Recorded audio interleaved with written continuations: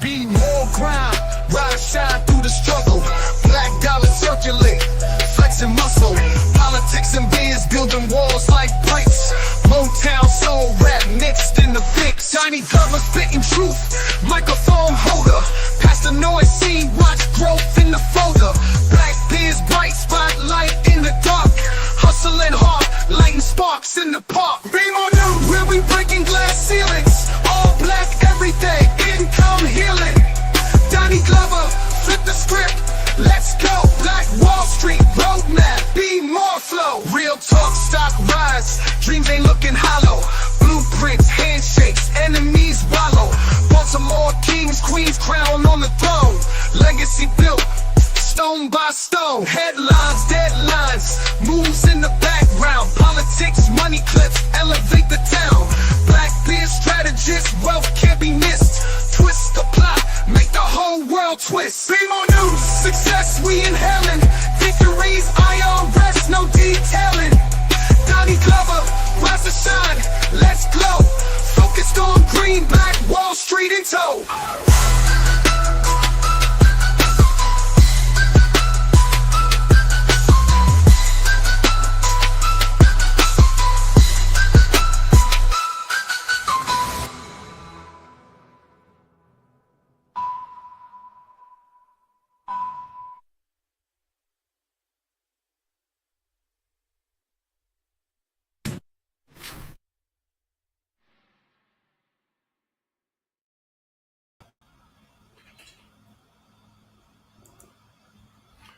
Good evening, ladies and gentlemen. Who are we? Are we Moors? Are we Hebrew Israelites? Are we Native Americans? Let's talk about it. Hannibal James, are you with us?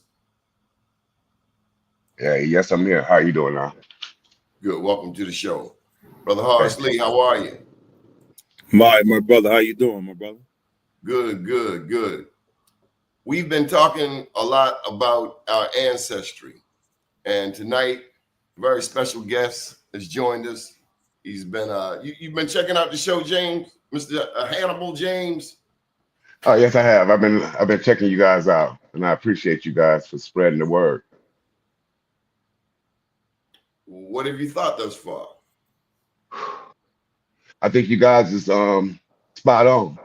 I think it's a couple things that's being overlooked in a sense. I think that we're not really paying attention.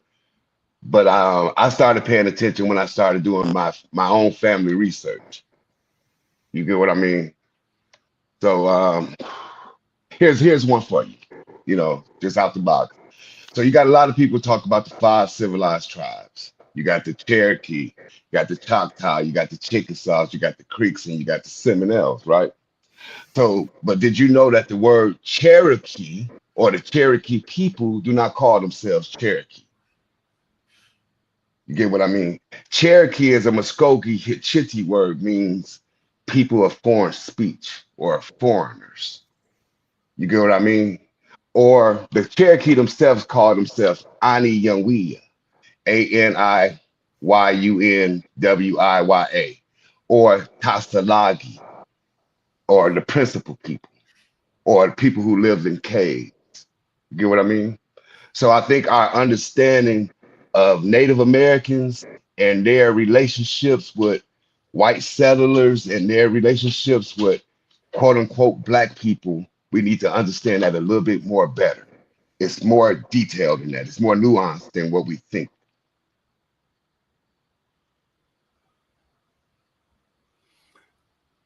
Tell me more. Okay. Let's put up one of the things you came across. You did your ancestry. Yes, I have. Yes, I have. So I've been doing my ancestry now. September 2nd marked 20 years that my mother passed away. So it's been 20 years since I've been doing my family research. So I'm like the family genealogist. So when I did my research, I moved to Alabama. I'm originally from Detroit, Michigan. And I moved down to Birmingham, Alabama, took me, my wife, my kids down there. And the family, to hear the family tell the story, our story from what they knew. And they talk about this guy in this newspaper article. he talks about our families. So this is one of the oldest people who lived in our family. When they told me like he was like 126 years old, I didn't believe it. But here's the newspaper articles that I sent to you today. And for those who can't read it, it says, for Uncle Lewis Bradford of, I guess, Godwater, Goodwater. Goodwater was a slave for 66 years. He has been free. And today, at the age of 116, he still works his cotton patches and has never asked anyone for help. Uncle Lewis is believed to be the oldest person in this part of the state. He is still spry and has never, what? I think it's never been a burden or never. Let me see where we at. Never had glasses. Yeah, he never wore glasses. Never used glasses. The Negro remained loyal to the Negro. To the south. To the south during the war between the states, and was working at Bradford factory when Wilson and Rassall. I think that's Rassall. Made their what's that word? So they raised through Alabama. So this is like right before 1814, like right before Andrew Jackson came in. So Wilson and his I guess this guy was with him when they raided the creeks down in Alabama. So this keeps on talking about Uncle Lewis has several children, what do you say, above the age of 70 years of age. And he's what do you say? He was not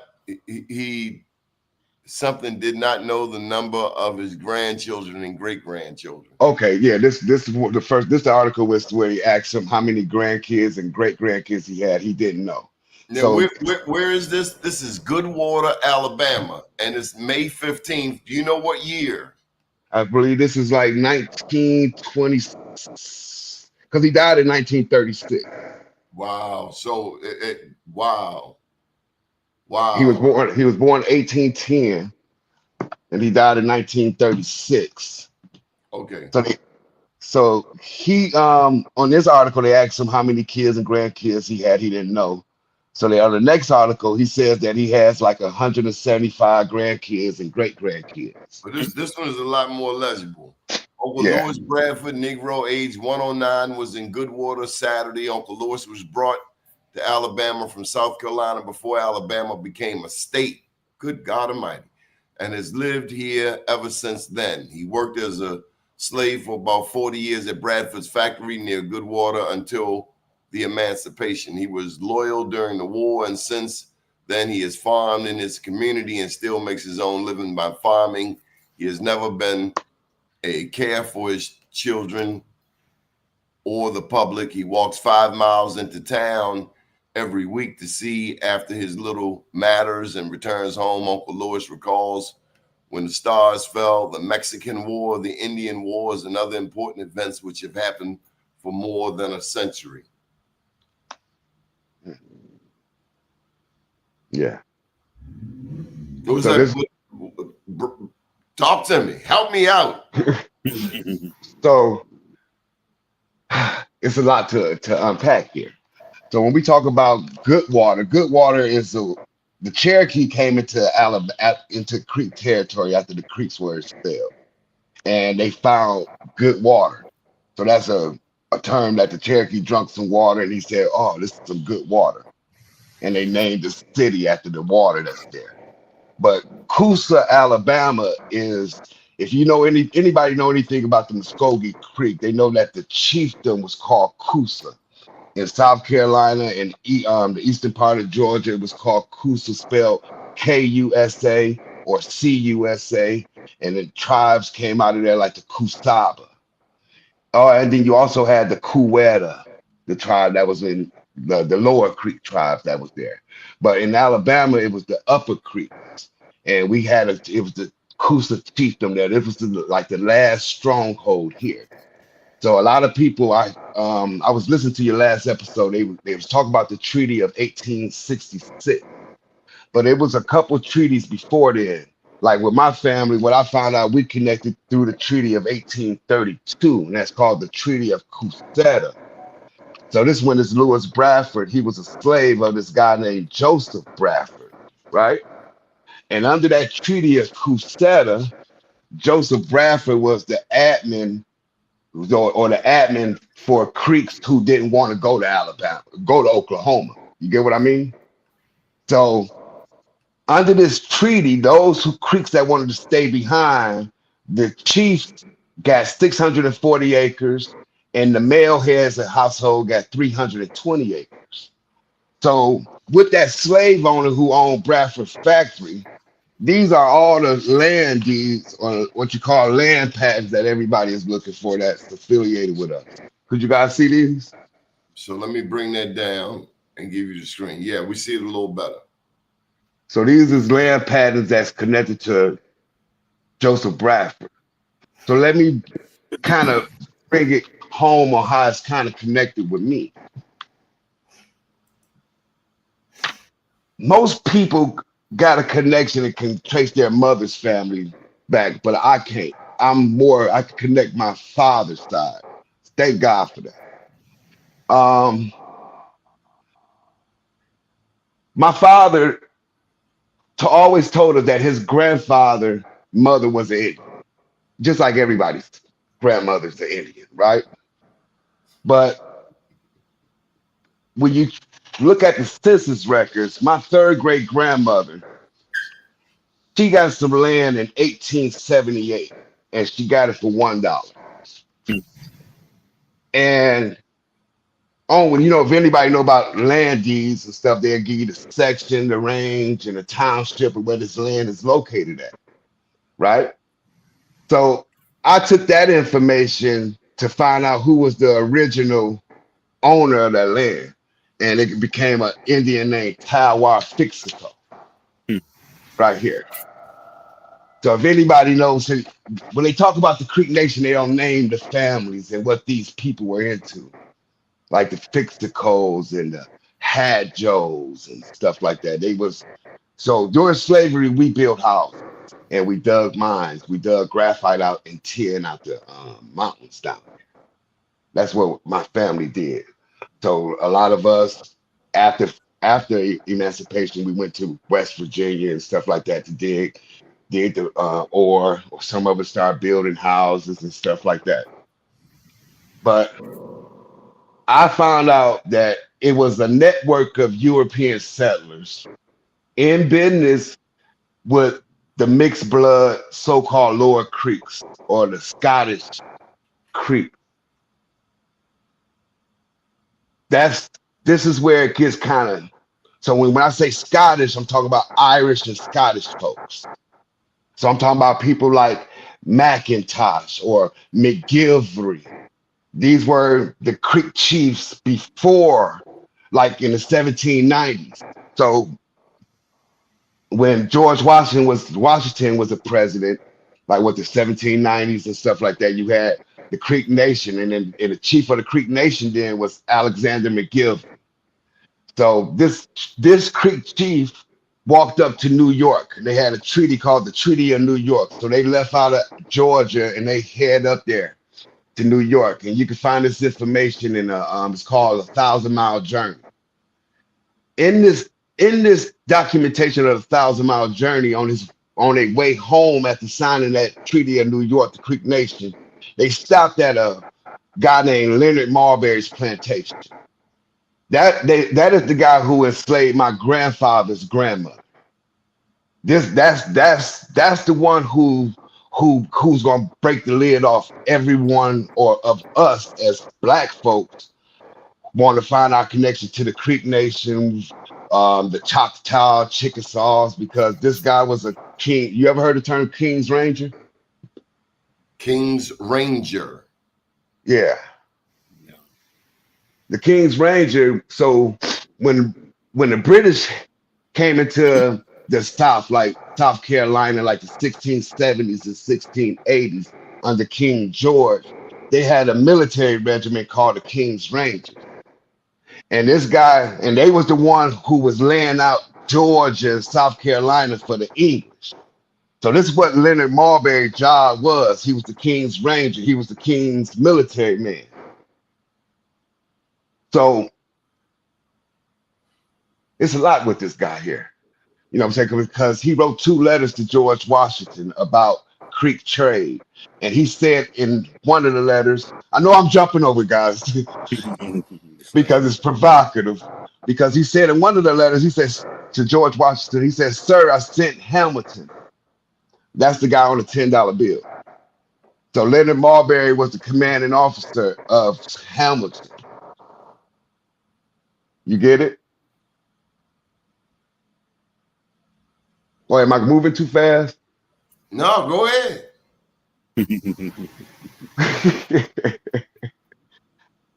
So I'm spilling 20 years of information in one segment here. But anyway, this guy Leonard Marbury, his family is very influential.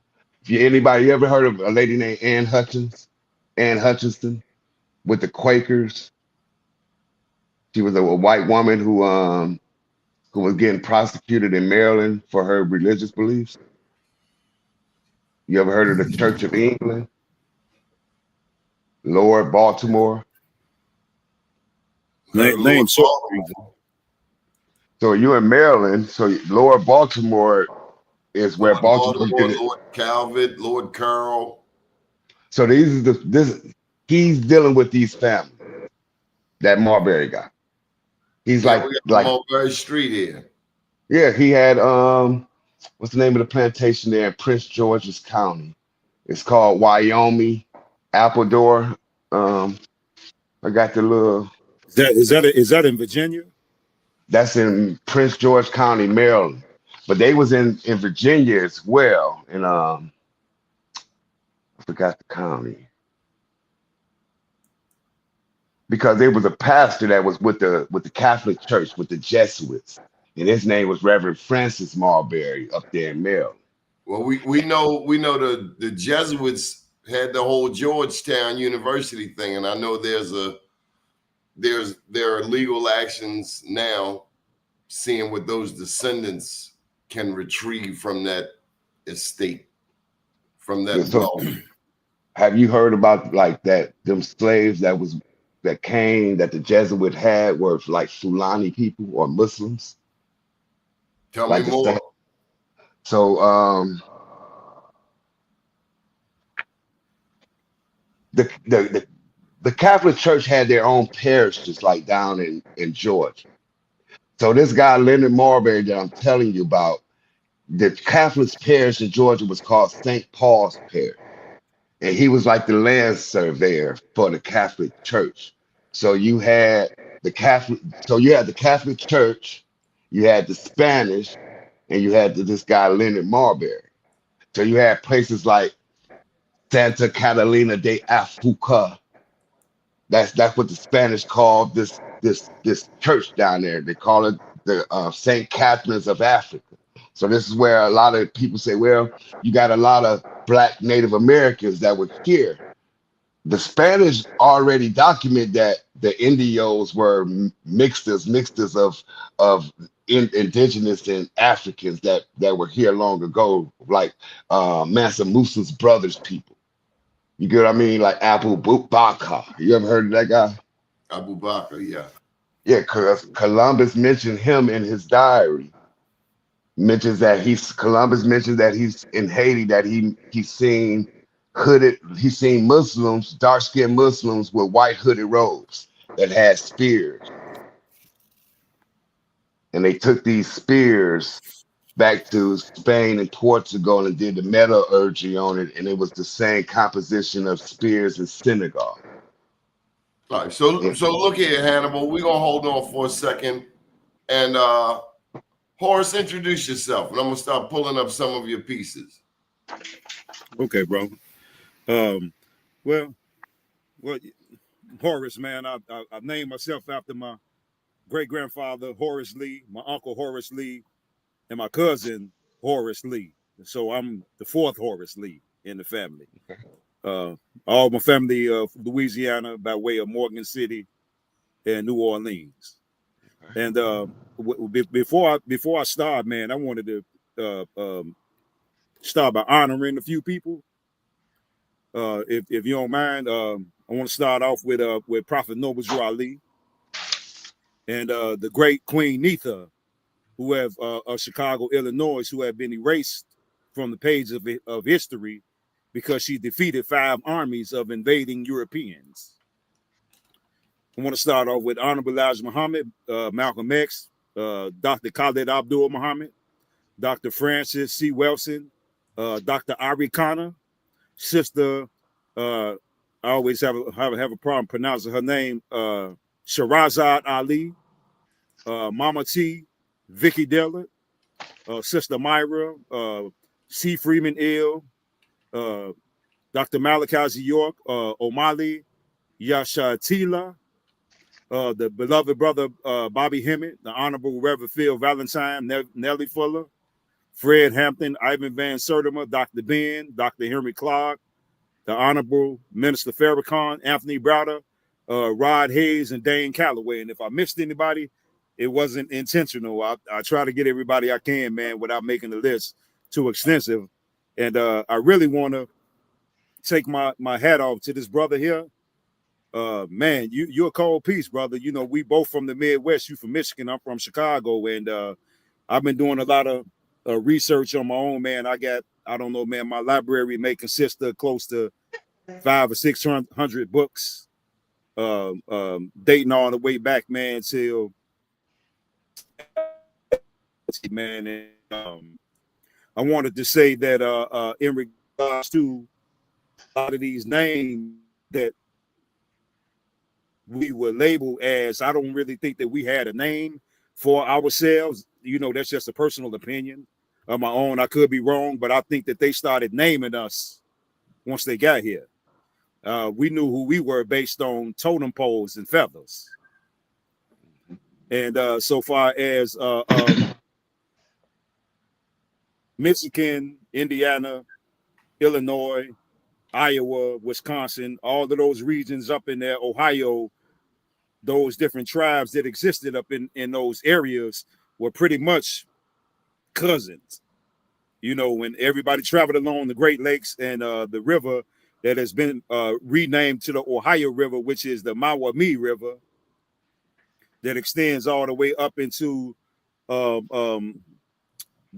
I can't think of the name of the river, man. That goes up in Pennsylvania, but it goes all the way to New York, and it all flows back down into the Mississippi, where between Mississippi and meets at right there, Cairo, Illinois, down into the Mississippi River. But man, brother, you've been doing your homework, man, and I love it, man. It just shows how people are waking up from this mislabeling and miseducation that they're really not going to be able to stop, man, because the youth are going to be the ones who actually pick up on this, because a lot of people in our generation, they really don't want to hear it, man. And some of the elders, which it's not a whole lot left, because they've been so Christianized in those regards. But to your point, dealing with those parishes and those missions, they were setting those missions up all across the lands, man. And that's where the word missionary comes from. Right. You know, and they, well, by the time they the picture that they try to show us, like, you know, we was living in tents and teepees, those we been trying from clutch, as well as just for survival purposes. But they were actually taking the children and putting them in the missions, because, you know, they were starving out the rest of the people that was on the land, man. And the ones that they couldn't kill and that were still putting up a resistance, that didn't want to cross over and learn English or become Christians, they would take the children and indoctrinate them in those particular ways of life. And then everything was done with what they call a Pavlovian bell, and we call it an alarm clock today. We wake up when the alarm goes off. We go to lunch when the alarm goes off. Everything was done on that bell, and it was programming, man. But I'm fall back. I hope you can pull a few of those pictures up that I got. But I also, wanted to read something to you, man. I had to dig and find it from some text messages I had sent to sister. And I know that the other day when you said that a lot of stuff is going to be lost because we actually speaking this English language. But I want you to listen to this. It said languages of chemistry which do not connect this universe with other universes are languages not of higher luminaries, but of fallen luminaries who rule the lower universes and keep them locked in space. This is why we are told in this key that fallen language patterns exalt not creation, but in actuality create three-dimensional in fixed magnetic fields. Now, marinate on that for a minute. You went out. I couldn't hear that last part. You said it's three perspectives. What you say again? I said this is why we are told language patterns does not exalt creation, but it's chemical enslavement with fixed magnetic fields. So it's breaking up, Harsh. Your reception is breaking up. It's not clear. Try one more time. Can you all hear me now? Yes. Yes. Okay. It basically language doesn't create, it tears creation down, and it's keeping us locked in fixed magnetic fields. So now this picture right here is in if this is in Michigan, this is Wisconsin. So this is one of the pyramids, one of the many. And if you look over to the left of it, this one here is Wisconsin. Okay, yeah. I got so many of them, man. If I don't label them right away, I'll sort of forget which ones are which. But that's Wisconsin. If you look to the left, you can see the other one, which is a little smaller than that particular one itself. So that's one of the pyramids that they have also turned into a landfill. See, right now I live in a county called Washtenaw County here in Michigan. So if anybody got knowledge of the mound builders, they know about Washtenaw. They dug the mound here. You ever heard of that phrase? The mound builders or the Mississippian culture. Yes. Yeah. So in Alabama, in that area of Coosa County, you got places like Sylacauga, Tallapoosa, and you got Etowah County. And you got the same thing like you just showing me right here, the mounds. You got the Etowah Mound down in Alabama. You ever heard of those? Etowah? Yeah, I just left Alabama, man, and I see them all the time, man. And we have to learn to remember and make a distinction between mounds and pyramids. Right, right. This right here is upstate New York, in the Schenectady area. I would have to look at my phone, but I don't want to mess up my Don't my mess microphone. up. We'll get it another time. You tell me where to go, I'll pull it up. Okay, but these pyramids right here, it literally has to be, and this is just a guesstimation of 500 of them clustered right there together. And this so far as their signs concerned, they say this is Iroquois land. Mm-hmm. So do you know the beef between the natives, like the Iroquois, the Algonquin, the Siouan, and the Muskogee type speaking people? Well, like before the divide and conquer tactics of the Europeans, we have to realize that some of those people who were calling themselves Indians, or what could be classified as $5, if the $5 enrollment was around at that time. But some of those Europeans that came over here were black Indians already here. I use the word Indians in layman's terms. They were black, but they were not for the people. So they were fork-tongued devils within the midst. And a lot of Indians wouldn't sell out because a lot of people never heard of a tribe called the Red Sticks. Right. And they feared them.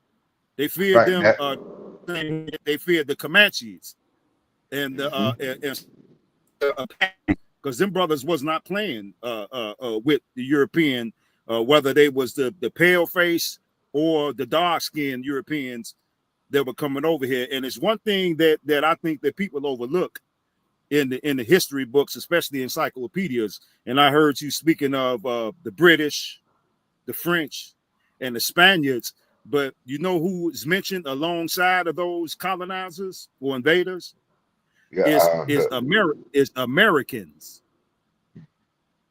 So now who the hell were the Americans, man? And where did they come from? If you had the French, the Spanish, and the English, and whatever other European group that were coming over here trying to scramble for the land, who in the hell were the Americans? And they were always the ones who were the mediators between all of the conflict. Yeah. So when you just said, I got to thinking about, first thing I thought about was the mixed bloods, or the Native Americans that had the Scottish blood or the Irish blood, especially for the Southern tribe.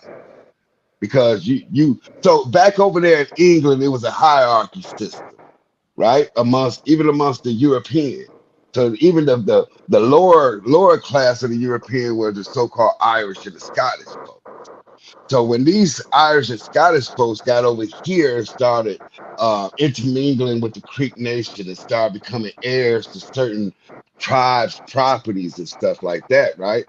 They had something to kind of hold in front of the English and the Spanish and the French. Like, hey, look at us. You can deal with us. That's the case of McGilvery and McIntosh. You get what I mean? Oh yeah.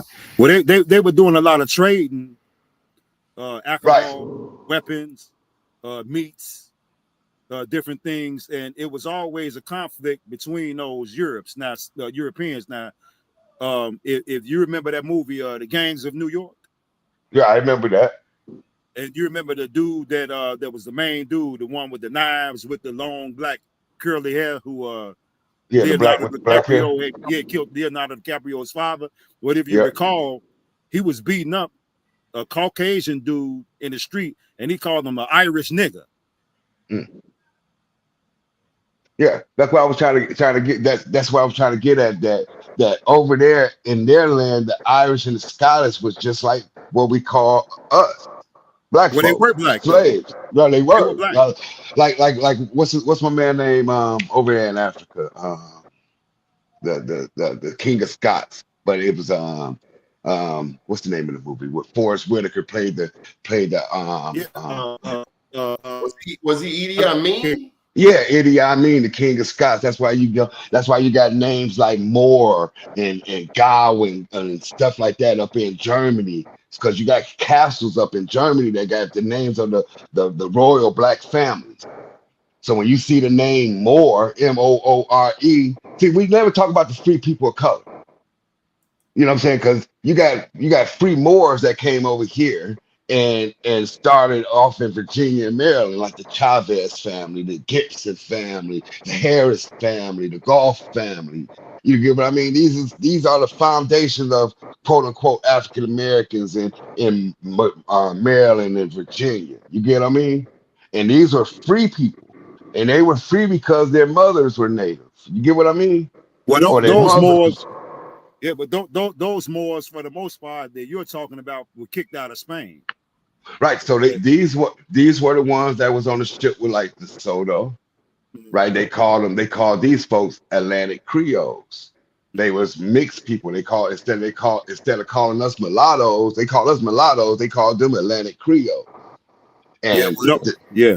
Those Moors that came over here from Europe in 1492, after they were kicked out of Spain by Queen Isabella, they first sailed to Hispaniola, which is Haiti, Dominican Republic, and Puerto Rico.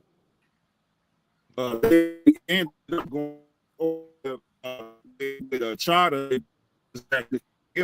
Man, they came Horace, I think they zapping you, man, because they messing up your reception. Every time you get to a good part, you got them 3-letter people following you, man.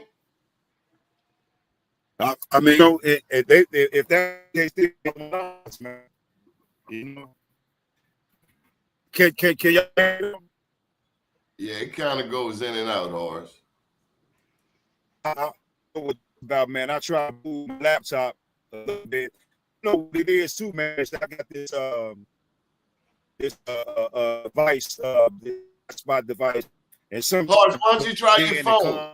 Because you in the middle of some good stuff, Horace. You messing up. Come on, try your phone. Okay, let me see here. I'm gonna pull you out. Come back in. Okay. So I got to get back to your piece. I ended up pulling it out. You had, who would you tell me to pull up? The Etowah? yeah, the Etowah Mound down there. Hold on. Y'all done dropped so much information. Yeah, here we go. Etowah. I think when you talk about us as a people, you talk about this entire place. You talk about everything that ever happened here. You get what I mean? Now here you go. Now, tell me about this. You brought up the Etowah Mounds, 54-acre archaeological site, Bartow County, Georgia, south of Cartersville. And this joint go back 1500 BC. So that's when they talk about the mound builders and you know you have heard you talk about people to talk about the Olmecs and stuff like that, right? These are these people that build these quote unquote places here. You find these mounds, the same type of mounds in Etowah, Alabama. Because if you notice that it's the same places in Georgia you can find in Alabama. Okay, come on, Horace. Bring us back on up. You had Can some good stuff there, man. Come on with it. Can y'all hear me now? You clear, brother. Okay, yeah, man. I got this this hotspot device, man, and this it's wishy-washy, man. But I don't know where I actually left off at. But oh yeah.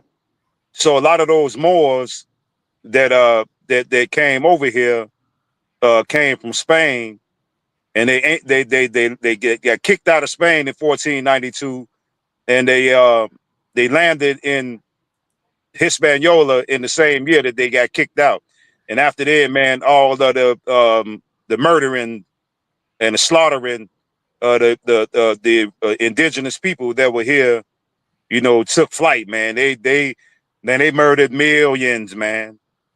They murdered millions, and so we have to also be mindful, man, that you know that when we say that these black people, because of the skin color, man, you know, just like today, man, all skin ain't kin, man. So Right. you saying I'm getting the impression that your understanding is that some of these Moors were not our friends. They most definitely wasn't our friends. Those were the masterminds behind the entire project. For the most part, those are the ones who were called the Americans, and just like a lot of the white people over here, quick to say I'm an American, they don't even know that they're calling themselves Moors, because American is a transliteration of the word amor in Latin, which means love. Yeah. Ain't that what you talk about when you got George Washington chopping down a cherry tree? You Yeah. ever see? That's a lot of that symbolism in the wordplay, man, and the legalese and all that other stuff. But see, I know that, you know, by way of Haiti, man, I'm Washita, Chitimaga, and then my grandmother then from Mississippi, so I'm Chata on that side. That's how come I'm so red, man. My Aunt Leola, my Uncle Lonzo, my great grandmother, You know, especially my Uncle Lonzo and my Aunt Leola, man, they were so red, man, sometimes they look orange. Yeah, that's they be down in what, Congo Square down in New Orleans down there, the Yeah, well, Choctaws. they was from Mississippi, but my grandfather was from Morgan City, Louisiana. Okay. You know, but he was black as night, man, but he was from Haiti. So him and my grandmother and granddaddy and my auntie and my uncle and them, all them was from Haiti. You Yeah, know but what's those more. Go ahead, bro.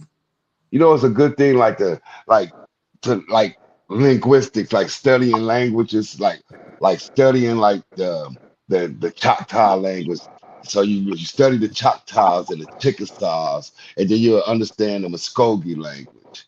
And then you take those languages and you'll start seeing like connections to like ancient languages or ancient Semitic languages like the Hebrew. So you got to like, we remember I started off with the Cherokee calling themselves like Anayawi or Tasalagi. Now here's an interesting one. Could you look up this word? It's Tsalagi. It's two words. Man. Tsalagi. Well, did you say T or C? T TSA. Here we go. Lagi. Okay, gentlemen, TSA. I gotta share this with you. We're being joined on the line by a lady. She listens to the show, but she get a little shy. She don't like to talk. She don't like to show her face, but she got a lot to say. And I'm gonna tell you this, because Harsh, you think you sent some texts? This lady ain't playing with them texts. Come on with it, Brenda Bennett. So where are we at right now? Oh my God, don't even start. She got her own storyline. You think y'all guys, go ahead, Brenda. Start with text number 17. Oh, text number 17. I don't have it that way, but which one are you referring to? Lord knows I don't know. Just start, Brenda. Okay, well, as far as I know, that the Moors were confederate of the Edomites and the Ishmaelites, and the Hebrew Israelites and the Hamites. And if you think about the Hamitic people, we were enslaved in Egypt under the Hamites. They were Mizraim. That's the name of Egypt, but we got a Greek name, Egypt, right? So we were enslaved by those same groups of people. Also, when you look at the Edomites, if you look at it, Jacob and Esau always had a problem. Esau is under the Edomites, the black Edomites that were not whited out. They were the ones who actually facilitated the slave trades in Africa against the Bantu, the Hebrew Israelites, as well as the Edomites were the Black Moors. They were also another group. The Ishmaelites, they were the descendants of Hagar and Abraham, and they had a problem also with the Israelites because Ishmael and Isaac had a problem together because Sarah threw Hagar out into the wilderness when Isaac was born. So now you have the Ishmaelites and you have the Edomites who both have problems with the Israelites. And they were a part of the Moors. That's why, you know, some people may not feel happy with me saying this, that's why that they were a part of being the black slavers. See, we're just looking at race in terms of color, but we're not looking at bloodline groups. But if you look at the bloodline groups of most of those Moors, they were Edomites. So what does all of that mean in regular everyday language, Brenda? Well, Edomites, well, everyday language, well, this is the way you get to understand who is an Edomite. An Edomite is a descendant of Esau. That's a biblical person who actually lived, who had children. And Jacob and Esau were twin brothers, right? Brenda, I'm not trying to be rude, but so what? What does it mean? I'm slow. Okay. So anybody watched the movie Hotel Rwanda where there were tribal wars? Yeah, Hutus and the Tutsi. What's your point? The point is these are people who historically for thousands of years have hated us as a group. Because even if you look at it, most of the people who held the charter to the slave trade, they were actually perhaps white Edomites, but the Edomites, the white and the black Edomites, they worked together to enslave us, because if you look at most of the plantation owners also, they were white Edomites, Edomite Jews, like the white Jews. Well, 1 minute y'all saying they British, Spanish, and French. Now you saying they Those Jews. are just common names, but look at bloodline. If you take all of that away, and see, that becomes confusing for people. But if you can look at the bloodline group, it's, you understand a lot more. You understand clear. You can trace things back. If you just said the British, because remember in Britain there were black people too. But if you look at the bloodline group, a family group that had a problem with my family or your family, and you start to see where the problem is and how deep the problem is. But the Moors, it's interesting also, because a lot of people who were in the Moors, there was some Hebrew Israelites. But remember, the Moors, they went around and they converted others. They force converted others. I think they came in from had to be Arabia, because Muhammad, the real prophet Muhammad, he was a descendant of Abraham through Hagar. So they came from that area, and they captured, and they went around what people would say colonizing, but they were basically, the Moors started off as Ishmaelites, an Arabic group from Abraham. And those people had no love for us Bantus, E1B1 Hebrew Israelites. So that's the story. When you look at the bloodline, it becomes easy to understand what the issue is. And you find it right in the Bible. I mean, people don't think in that terms, but when you look at the Bible, and now today, fortunately, we do have DNA that lets you know what group is. The Moors were basically Ishmaelites and Edomites. There was a small, and also some Hamitic people too, but there was a very small fraction of those people who were also Hebrew Israelites. But most of them were Edomites. So that's why you would see that they were the colonizers and the enslavers of the Bantus in America, the Hebrew Israelites, who were the indigenous people here. Okay, let Horace get a word in. Okay. Hold tight. My bad. There we go. Sister, I really appreciate your input, as well as the you putting the pieces of the puzzle together. But there's one thing that I want to say in regards to your biblical reference. First of all, biblical history and world history, world history trumps biblical history. So a lot of those references and names, the Hebrew Israelites, the Ishmaelites, and et cetera, those came from the same priesthood, the Moors, who were originally in northeastern Europe, going into Greece and other parts of those places, who were the Dark Cabal. They the ones who roll all of that. So our history doesn't have anything to do with the biblical references per se. It doesn't begin there, nor does it stop there. So those same people who you're saying enslaved, those people over there, the names of the people that you're referencing, like Ishmael and Abraham, see, these are all characters that they're created, because if you study the Hinduism, that existed before any of those biblical references, and Brahma is nothing but a reconfigured word of Abraham. When Ishmael, yeah. So I mean, you're partially right when it comes to dealing with the Moors, but so far as the biblical thing and the Hebrew Israelites, no, we are not Hebrew Israelites. Those are references that were created by the same people who we're talking about enslaved us, and they enslaved us through a book. Like the one sister or brother said, when they came with the Bible, we had the land.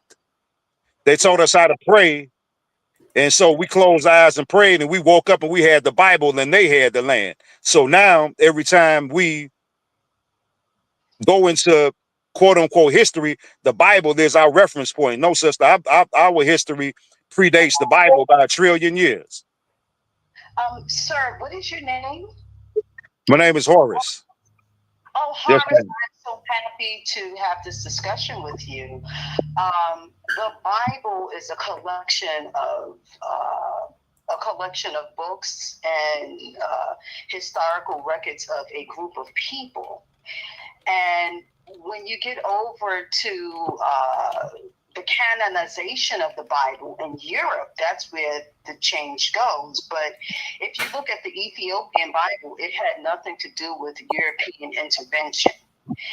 And you can go to people who have never been colonized and they can give you their oral history and tell you those things. And what happens is today, modern that we have the technology now, the technology actually proves the story of what has been said in the past. So, of course, you know, there was that book that the Europeans used and that they canonized and put together. But we do have pretty good oral historians, and we do have, like, biological information that's lining up. So Brenda, let me give you a comment. They say you're a little, still a little indoctrinated, but it's deeper than just Bible. Salute to the sister, though. You done got mad props, Brenda. So also, I hear, and I can understand people saying that because that was a of the way compliment. that book was introduced to us. But let's look at it this way. When it came down to the Hebrew Israelites, we had an oral tradition. We did not necessarily write things. So you can go to griots in Africa that can tell you the same story. I don't know if you've ever heard of Rabbi Akwete. He said that when they when they came in contact with the white people and they were reading the Bible, they said, oh, these people are spying out our stories. By the way, they are E1B1As. They are the tribe of Dan.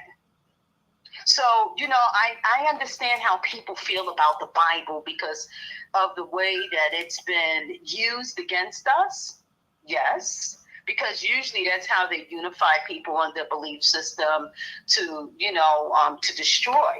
But even if you read the Bible the right way, which a lot of people don't really read the Bible. Most people, what they do is they go to church, they listen to church doctrine, what someone says in church, but they never spend the time to read the Bible. Most of the people who I know who complain about the Bible, they've never read it.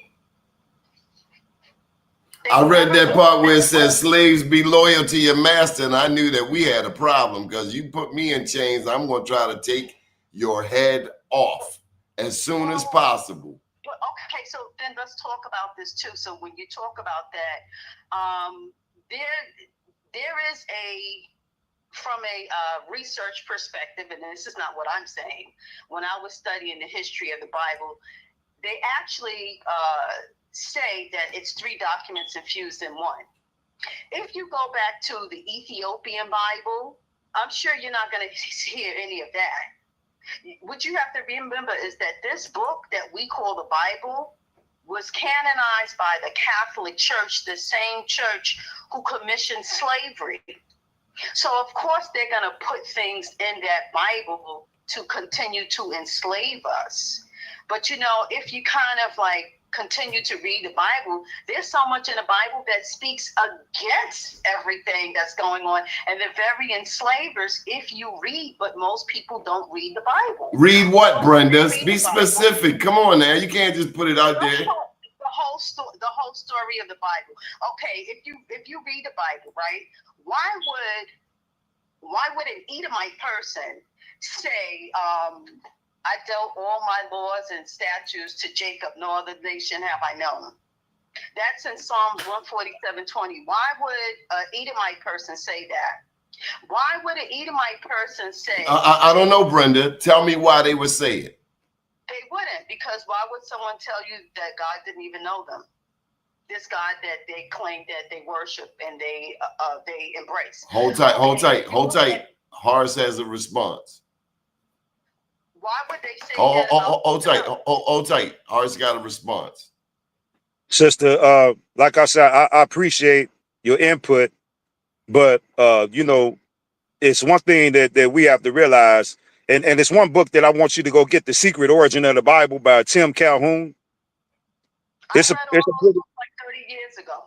Yeah, and I grew up reading the Bible, so I've read the Bible Hold all the tight, way. Brenda. I've read the Bible all the way from Genesis to Revelations, but we have to realize, in order for them to be able to put us under the hypnotism, they have to have some truth in there. But I don't completely dismiss the Bible as frivolous, because there is a lot of our historical information in there. But we have to keep in mind that the people who we are talking about, the crypto Jews, who are the Zionist Jews, who are they called the Morenos or the Moors, are the people who actually wrote those books and put them together for conquest. They don't have anything to do with the people here on Turtle Island so far. Canaanites the Because book. our history, like I say, our history predates the Bible. Our history doesn't begin with that book, nor the compilation of the book itself. We're not Hebrew Israelites over here. Now, there could be some Hebrew Israelites over there if they claim some Jewish bloodline, et cetera, et cetera. But as far as over here, we're not classified by any of those particular terms. Those are terms that have been put on us throughout the years. Go ahead, brother. Um, Hello? can I add just? I just Tight. want to add just something. Um, I'm talking about a bloodline group. It doesn't matter what the term is. We are the E1B1A. If you want to just leave a bloodline group. Okay. have you guys ever heard of the papal bull? Oh, Brenda. Oh, Brenda. Okay. Have you guys ever heard of the papal bull? Yes, sir. So the Spanish or the Catholic Church put out an edict. Basically, if you didn't know the Hebrew God, you was basically a savage and you could be enslaved. True So this indeed. is what they did. So they brought this staff. They had a preacher, and he had a staff that was a cross. He didn't say a word. He just bared this cross in front of you. And if you didn't know what this cross meant, that meant they can enslave you. So when they came over here, they bared that cross here. But it They wasn't. bared that cross to the Iroquois, and the Iroquois knew who it was. They planted that cross to a tribe in South Carolina called the Chicora, and they knew who this cross was. But that's a distortion of it because we never used the cross. So you ever heard? So when in the Christian Bible, Jesus is being killed on a cross, so to speak, right? And he, I just want to just finish it off. I'm gonna give you the word in the Bible. So when Christ passed away, he spoke a Bantu language, and he said in English, he said, "Christ, God, why have you forsaken me?" So if you read that, and when he says that on the whatever Christ said on that cross is in the Christian Bible. That's the Bantu language. That's the people that you're talking about that were Israelites. The Bantu language, first of all, is not even a block style that you see in the modern Hebrew. I'm not talking about. You know, I'm not a Christian. I'm not, I was born and raised as a Hebrew Israelite all my life. Okay. So, I understand Christian theology, but that's totally different. So, maybe what's also happening is that you're reading from the point of view of a person who was a Christian. Oh, I'm not. So I was trying to play the middle ground with it. I was trying to say that well. So when you went to Ethiopia, to the Ethiopians, right? Brenda, you got to So play. do you remember the first Hajj, right? So if you know about anything about Islam, right? The first Hajj, right? The first Hajj. That's what it's called. The first Pilgrimage. Hajj. The The first pilgrimage. Okay, what about it? So it wasn't to Mecca, it was to Abyssinia. They went to go see a king called Al-Najashi. This is where the term Nigeria comes from. This is where the term Negus comes from, or Nega. This is where it comes from Al-Najashi, Alnajashi. Yeah, This that's a is what's place. the so when they went there, he asked them, he asked the Muslims, he said, what you say about Christ? You can look this up in history.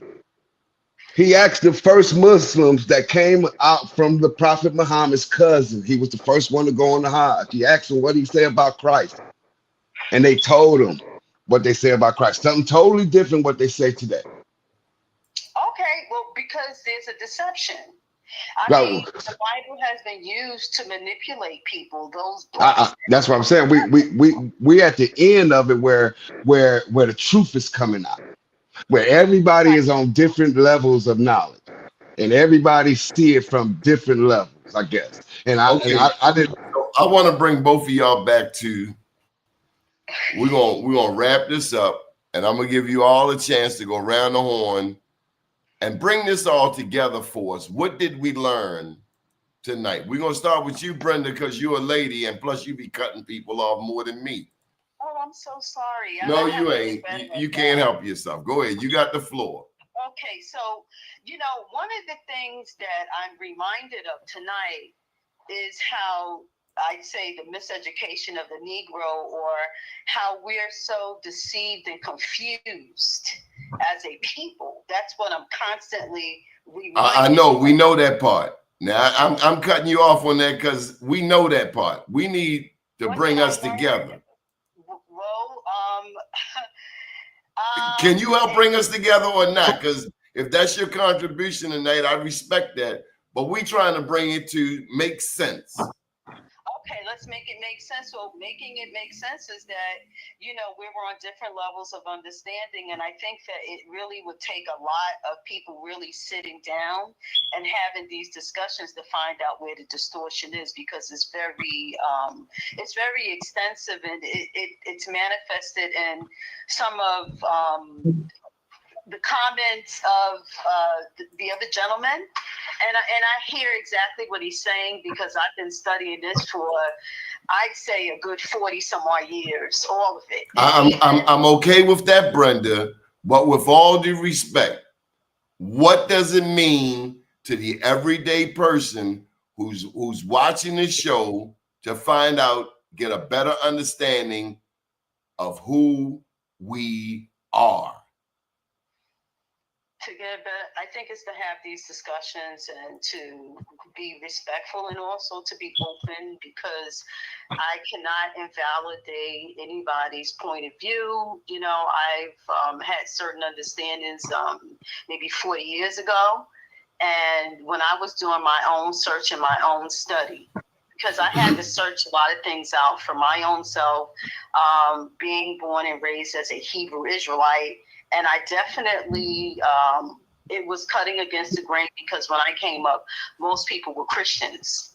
So I kind of became anti-religious altogether.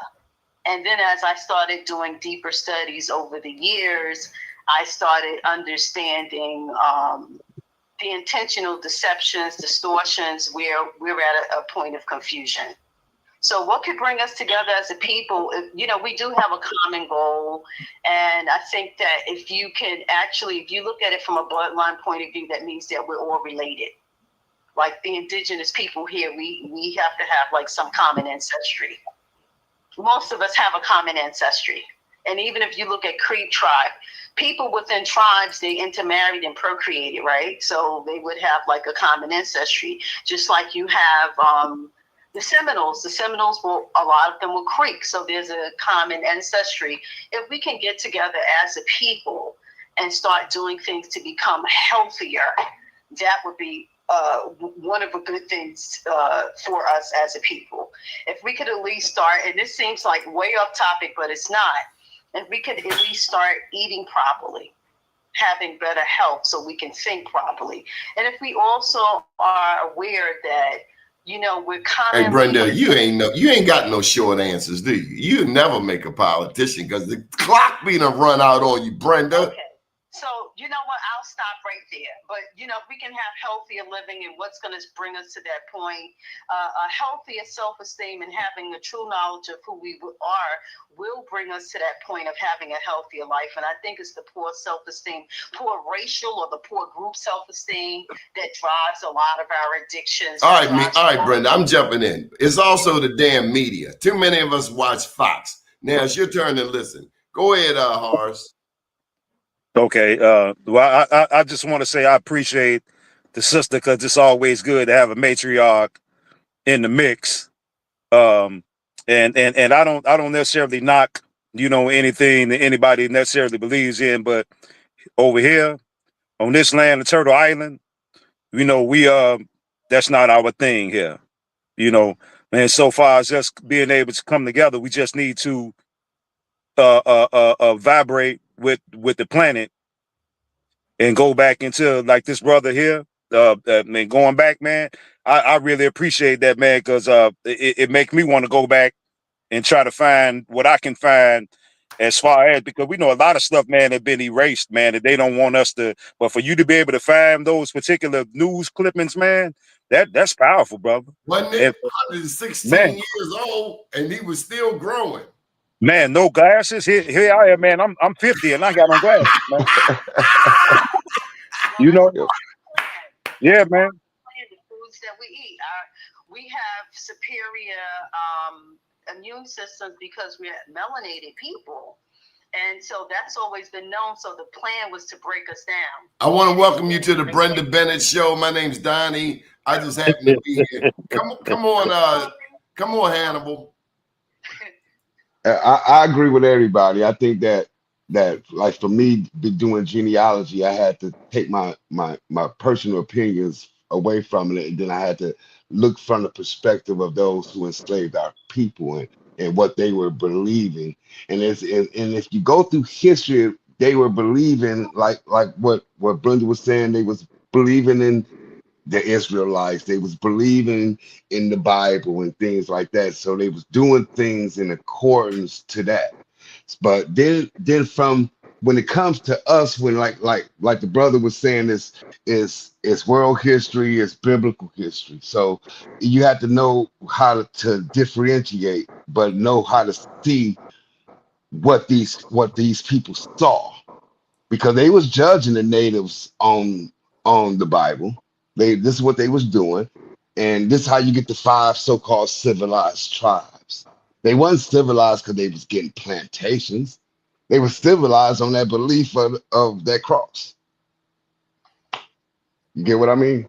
Yeah, they brought into Christianity. Yeah, But, they bought it, the whole Hebrew thing, but that yeah, I think it was that, but when you say Christianity, that's why I try to throw in the perspective of the first Hajj. I threw in Islam with it. But you also done thrown in the Bhagavad Gita and the Indians, the 5,000-year-old Hinduism. Mm-hmm. There's a lot of it's a lot of these things do have. It look like they far away, but they do have connections. They gotta be connected. They gotta be. Those guys, those Muslims, who were creating that particular story, because the reason why the Bible, the Quran, the Torah, all has the same characters in it, because they were written by the same people. When I it gotta came throw this in there. Your name is Horus. Now, one thing we have not touched, and you gotta touch it for me. Horus, Isis, Osiris. I think it's they have the Egyptian names also. Is it Osset, Set? well, those are the Kemetic way of pronouncing them, Yes. and Horus would be the Greek way of pronouncing it. Right. So hold tight. That original Trinity was the Father, the Mother, and the child. They erased the female out of the equation because they was a bunch of fruitcakes. Misogynistic. Can I ask a question? Come on with it. Where did Isis and Osiris originally come from, the Egyptian gods? Came from here, from Turtle Island. From where? They came from here, what we call the Americas now. Well, how does Sumeria factor into the picture? Well, if you when you start dealing with the Sumerian doctrine, going back to Enlil and Enkill, Enki and Enlil, and the tablets of destiny, or Tammuz and Ishtar, we talking about that boiled over from the Atlanteans, you know, because we had to realize, sister, that we have literally been here Is you a true for religion? trillions of years. Oh, I So believe that for sure. yeah. So when since we've been here for so long, when we try to uh, uh, uh, place ourselves in this one little Hebrew Israelite box and say, That's "Oh, too we small. Hebrew Israelites," it's too small. Can See I what ask I'm you saying? a question? No, Brenda, we going home. I'm hungry, and y'all done worked me today. We gotta try this again tomorrow. We got legendary. It's not a religion. It's not a belief. It's a bloodline. So I'm not speaking Okay, from the point Brenda. of view of a Brenda, you belief make system. Brenda. Okay, I'm All right. sorry. It's been a pleasure, and Yes, welcome sir. to the Brenda Bennett Show. We'll be back tomorrow night at 8 o'clock. We got the legend. We got the legendary Top Cats who will be joining us, and I promise you, it will be a very exciting show. You gentlemen are more than welcome to join in. Can I say one thing before I close, man? I want everybody to check me out on YouTube, the Dog Star Network, from Gangs to Gods. You know, trying to bring the tribes in Chicago together to What show do you them the mean? sciences of what they have. What's the name of it? Well, it's the Dog Star Network, but The the videos, dog. yeah, the That's Dog Star, like the series. Yes, sir, the Dog Star Network. And the book originally written in 2014, I'm turning it into videos. So it's called From Gangs to Gods, that right there. unveiling, yes, sir, unveiling the omnipresent signs and symbols of Chicago's major Black street organizations. Because we got to bring these people together, man, and let these tribes know from here to California to Birmingham, what's that, Birmingham, Alabama, you know, to Mississippi. But we are tribes on the land, and they got us in a frenzy, and they sucking our energy at the same time. So we gotta figure something out, brother. But yeah, that's it. And I appreciate the sister Brenda. Hey, I like the sister because, you know, at least, you know, you're intelligent enough to put the pieces of the puzzle together. But our history doesn't begin with Hebrew Israelites, nor does it end with Hebrew Israelites. Can I ask you one Oh question? my God, Brenda, I'm hungry. I know you're hungry, but you know, Horace, I would love to have a discussion with you. And I'll make sure you get his number, Brenda. Okay, so when I say Hebrew Israelite, Oh my I'm God. not thinking in the belief system of other that people think of. I'm thinking a bloodline group. Forget the stories. Let's deal with bloodline. Okay. I understand where we come from, sister, but that When I still, we can't categorize our bloodline with just the name. We're infinite. If anybody's familiar with the archaeologist, what's the white guy name with the glasses and the curly hair? Uh, it'll come to me. But anyway, he was in Egypt in one of the pyramids, and on the wall, it was showing Pharaoh was showing his son his lineage, and it didn't even have an end to it. The Honorable Elijah Muhammad said we've been here for 77 trillion years. Prophet Noble Ali said that there was never a time that we did not exist. I 100% agree with you, but there's a specific bloodline group of people, meaning tribe, that they did enslave. Well, hey, sister, I can't argue with you there.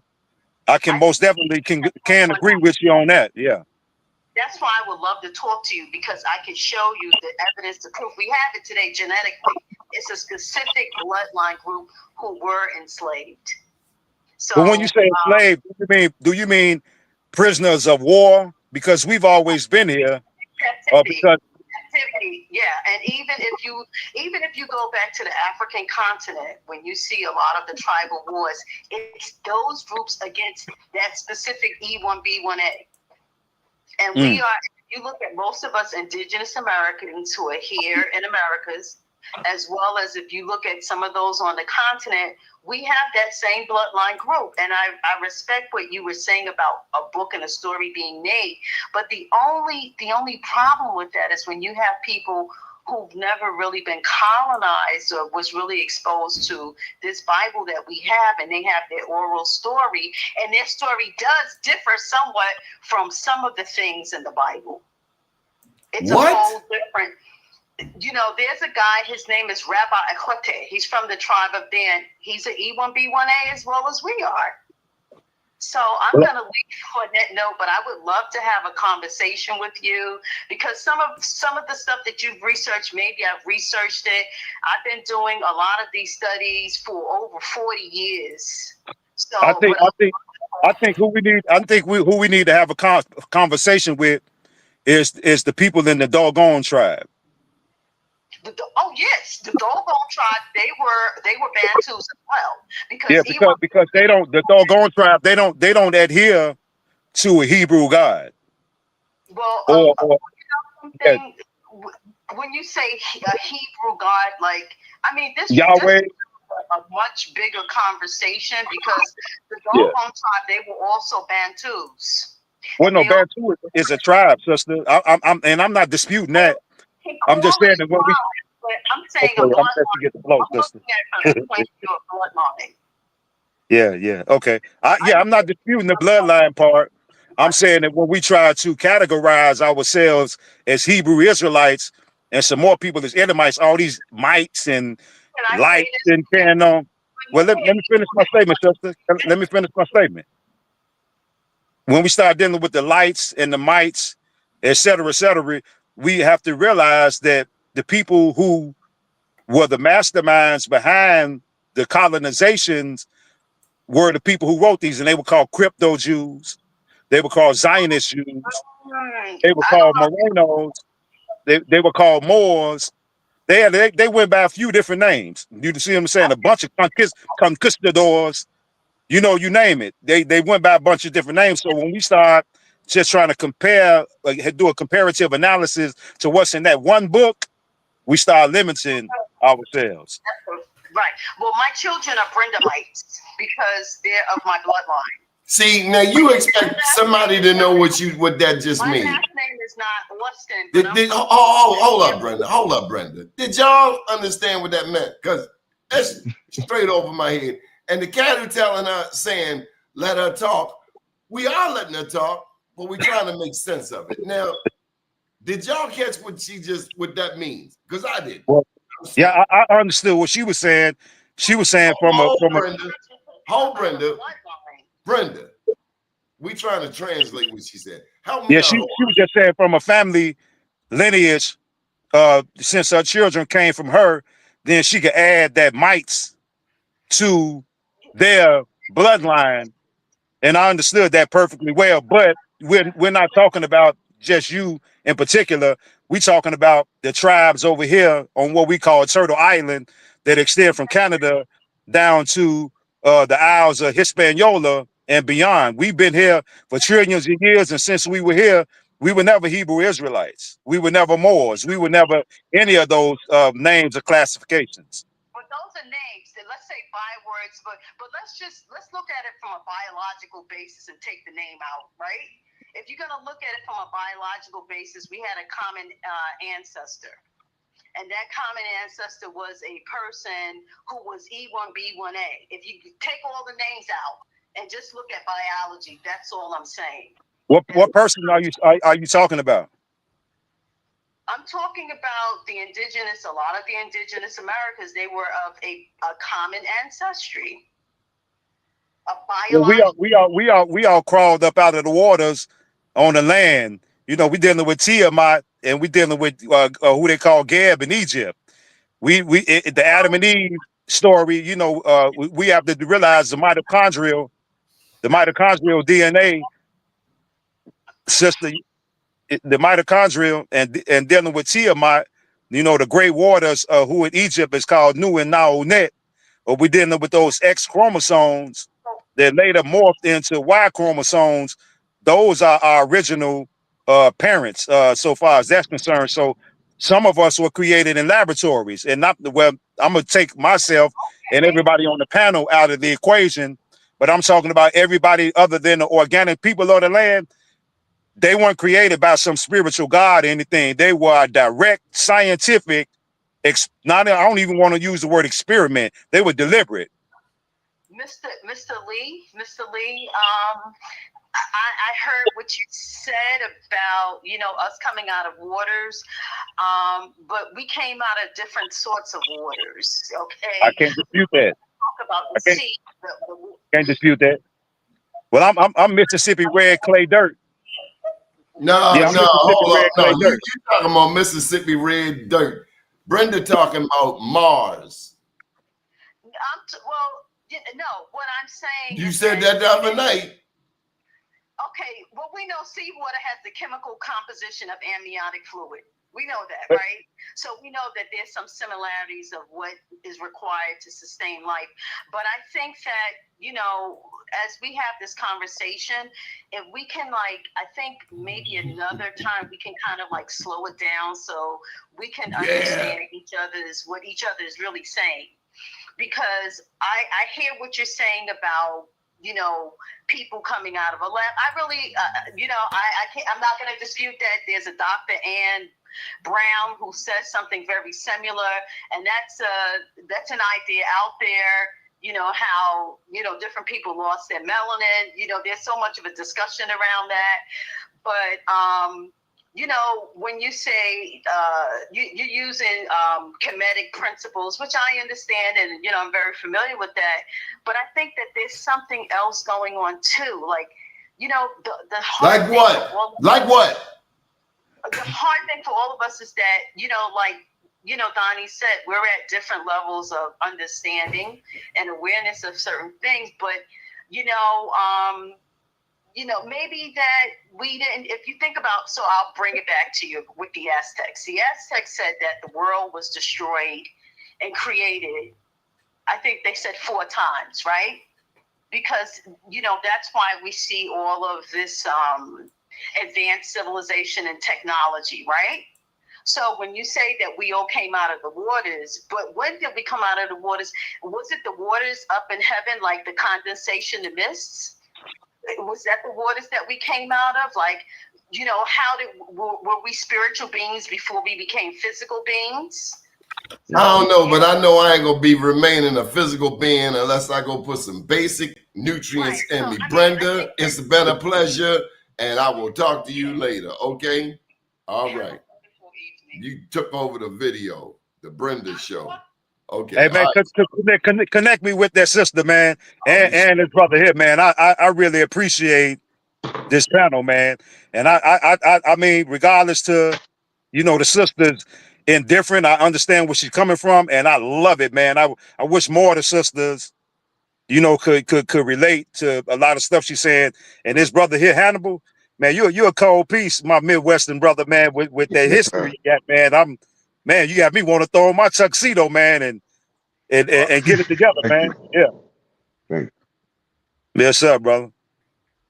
I appreciate you guys being on tonight. Thank you, guys. Good day. I will connect you all via text. Thank you for joining us. Good evening, world. Peace.